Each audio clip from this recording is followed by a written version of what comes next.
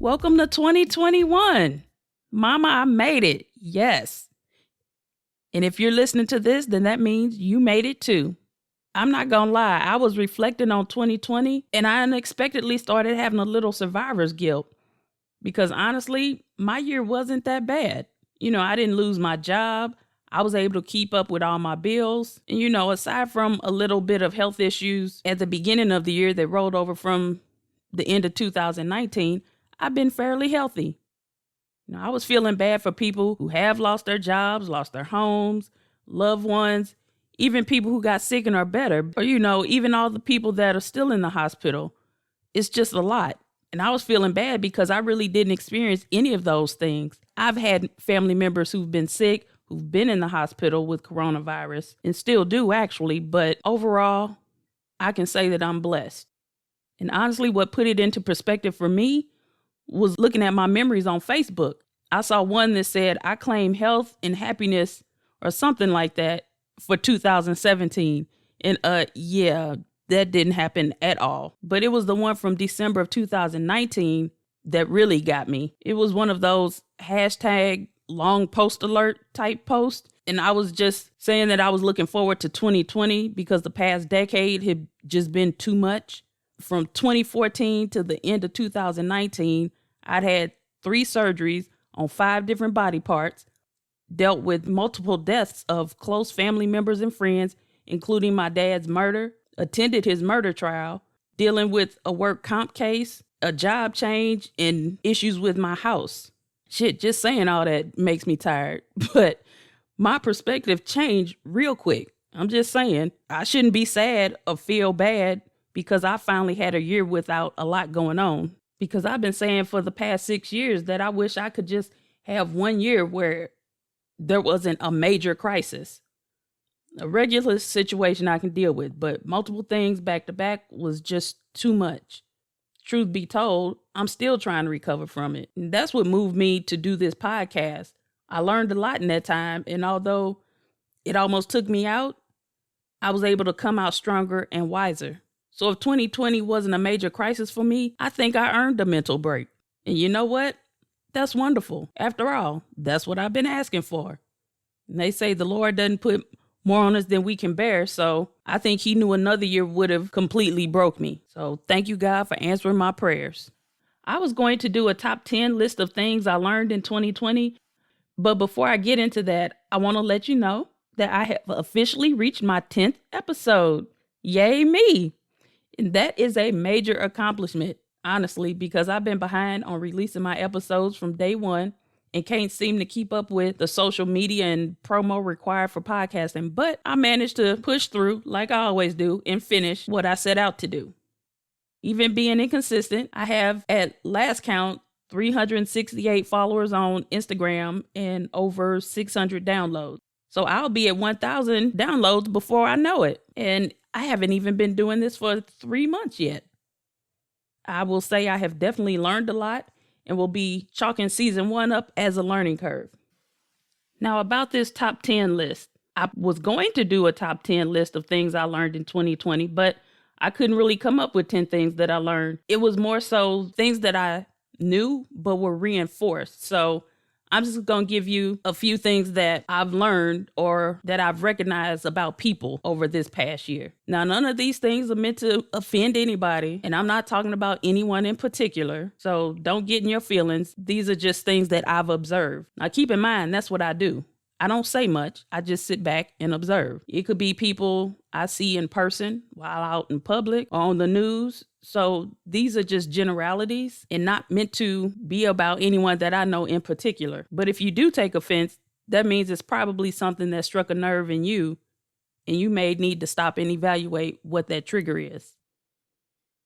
Okay, so here are 5 things that I learned or were reinforced about people in 2020.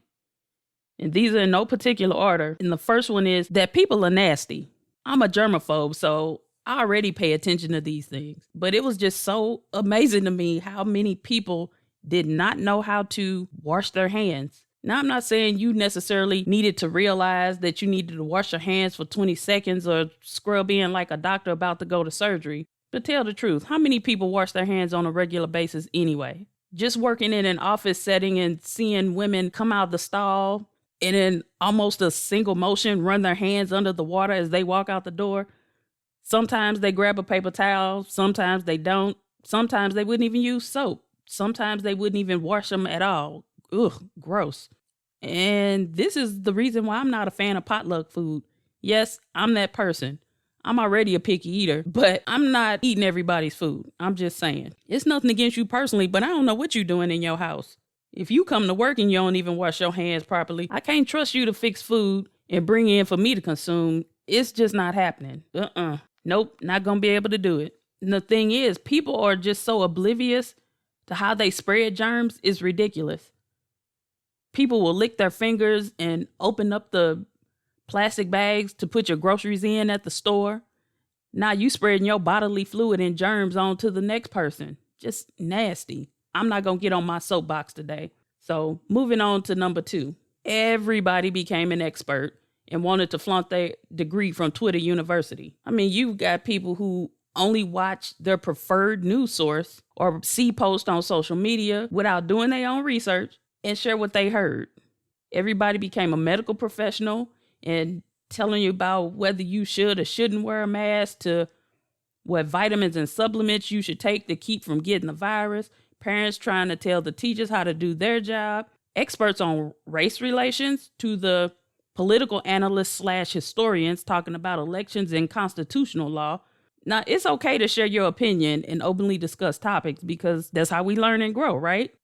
But people became so radicalized and set in their beliefs that they weren't willing to listen.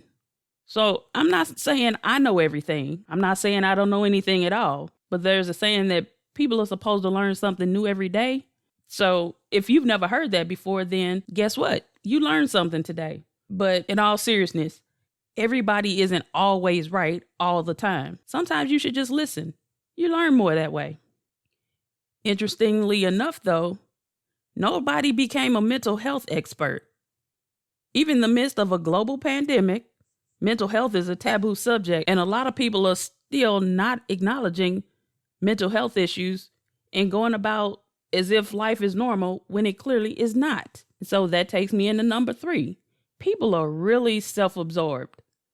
Now, this one I really knew, but again, it was more so reinforced this past year. 2020 required everybody to readjust their lifestyle and regroup to a new way of living. But when they weren't able to handle being at home, being by themselves, or they couldn't watch their favorite sports team play, it was world ending.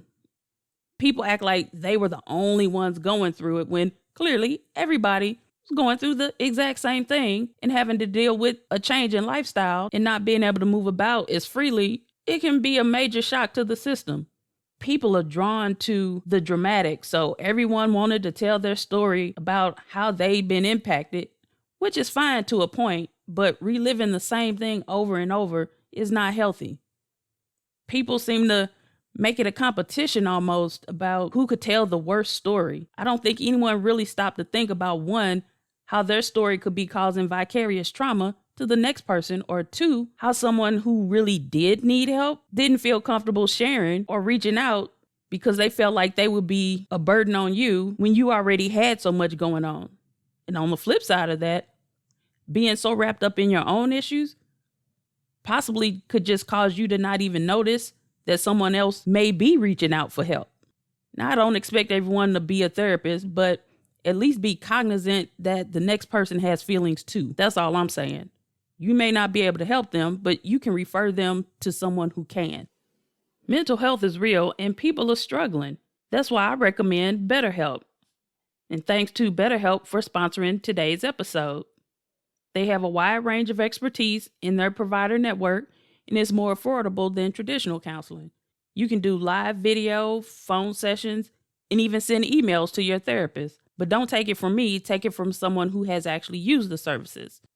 Someone said, "So far, my experience with BetterHelp and my counselor has been great. I love that it's virtual and you can talk any time of the day that is convenient for you. I've been getting really great tips and information from my counselor, and it reminds me of the ways to help me with all that I've been going through. If I could give stars or A's, I'd say 5 stars all the way and A+++. So if you feel like you need to talk to somebody and would like to get some help, you can go visit betterhelp.com/tside, and that's BetterHelp, HELP, and join over 500,000 people taking charge of their mental health with the help of an experienced professional. Special offer for T-Side listeners, you get 10% off of your first month. And I'll leave a link in the description so you can find it easily. On to number 4. There are a lot of fake people out here. A lot of people go around putting on these fronts and appearances for other people, from being out all the time. Like they had money, they would go places. They would seem like they were the it person. You know, they were just really cool until they were not. Where they couldn't go anywhere or do anything, they turned out to be just like everybody else. Just regular, average, struggling during quarantine, trying to find toilet paper like everybody else. You know, they weren't able to go out and travel and do all these cool things anymore, or post on social media all the cool things they were doing. They were just sitting in the house without a haircut, looking scruffy and crazy like everybody else. And honestly, sometimes it just makes me chuckle because I can't stand somebody who puts on fronts and appearances for whatever reason. I don't know. It's annoying. Maybe because I'm not that type of person. I keep it real all the time. So, And the funny thing is, a lot of people really don't have soft skills. And that's basic everyday things that you should know how to do. People can't cook because they were going out to eat all the time, meaning like breakfast, lunch, and dinner. Now, I don't cook a lot, but there's a big difference in knowing how to cook and actually cooking. I just choose not to because I'm single and people usually give me food. Plus, I don't like washing dishes, so I just don't really cook that much. But people are struggling because now they got to go to the grocery store, buy groceries. They don't even know how to buy groceries, or they're really shocked about how much something costs in the store.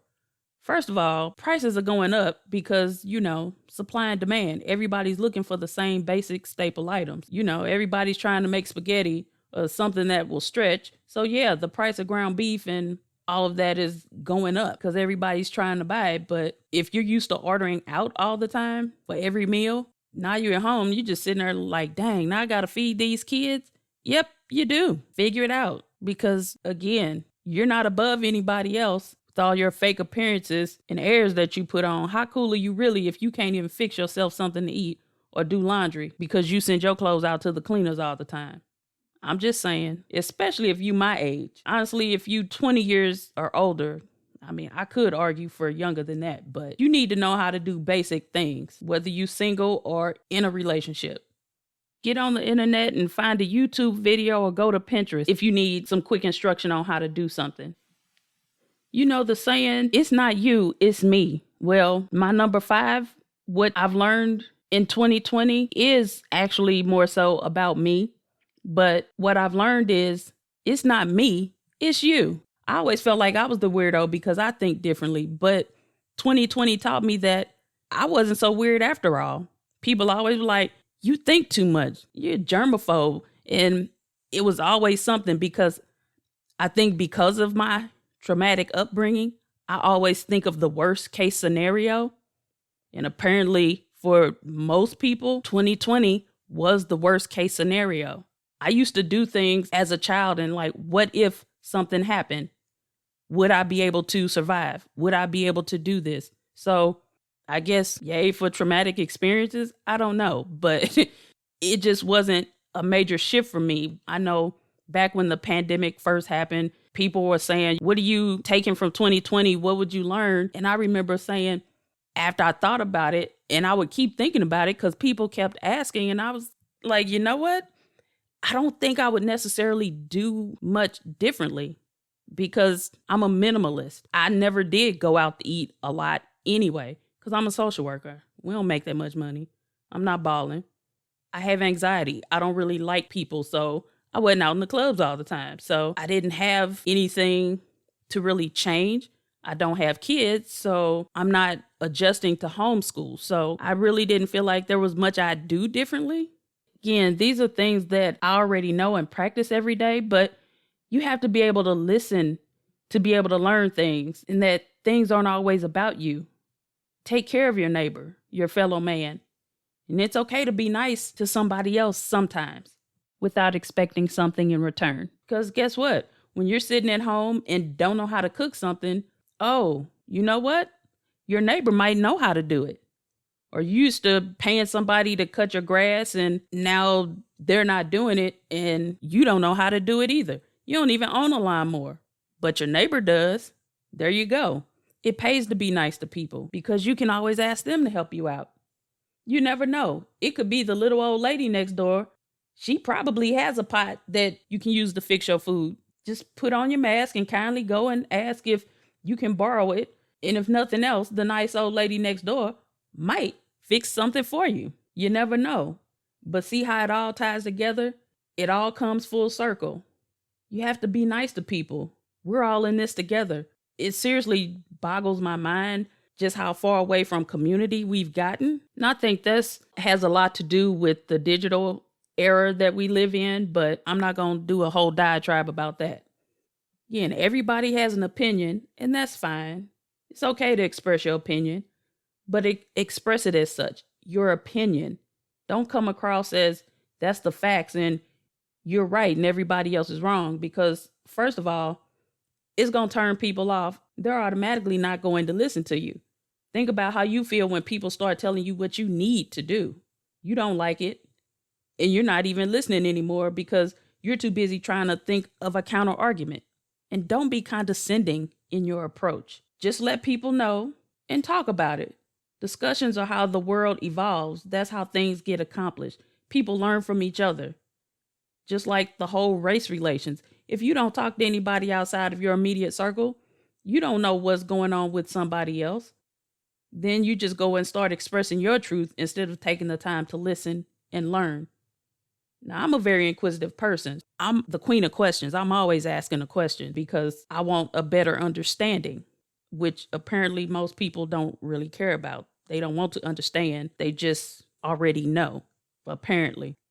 So what are some of the hard lessons that you were forced to slow down and learn in 2020? Let me know. For me, 2020 was a year of clear vision. And I know some people had it really hard. Times are really hard for people still. But if you made it on this side of 2020, just remember, you're blessed. You're still here. Just keep going. One day at a time. Reach out for help if you need it. And the song for today is I Made It by Jay-Z. I will be putting all of the songs from season 1 onto a Spotify playlist, so you'll be able to go over and listen to all of the songs if you haven't heard of some of the songs that I talked about. Now, I'll see how this goes because it will definitely be an eclectic playlist, but these are all songs that pop into my head and I'm eclectic. So that's the T side. I will be taking the month off to regroup and revamp some things to make the podcast better. But to do that, I need your help. So let me know what you liked from the first season, what you didn't like, what you want more of, what you want less of. I need to hear from you because I would love to know who I'm talking to every week. And I do appreciate all of the feedback that I have received so far. It's definitely been helpful. It's been amazing, the support that I've received and the fact that people in different countries are listening. My goal for my birthday was to hit 500 downloads. And I did that. I was, I think, a day or two late. But within 3 weeks, I went from 500 to over 600. So somebody's listening. And I believe because of the holidays, people have had time to catch up on episodes. I appreciate it. And since I'll be off for a month or so, you will have more time to catch up on episodes you missed. But don't worry, I'll still be on social media, so I'll be around. You can shoot me an email at thetsidepodcast@gmail.com. You can also head over to iTunes and leave me a review, rate, and subscribe. You can follow me on Instagram and Facebook at The T-Side Podcast and comment on posts there or send me a message. And until next time, stay safe and be blessed. Thanks for tuning in to this episode of the T-Side Podcast. You can find me on Instagram at the T-Side Podcast, all one word. If you like what you heard, head on over to iTunes to rate, review, and subscribe so you don't miss any of the episodes. And be sure to tell a friend about the show. Until next time.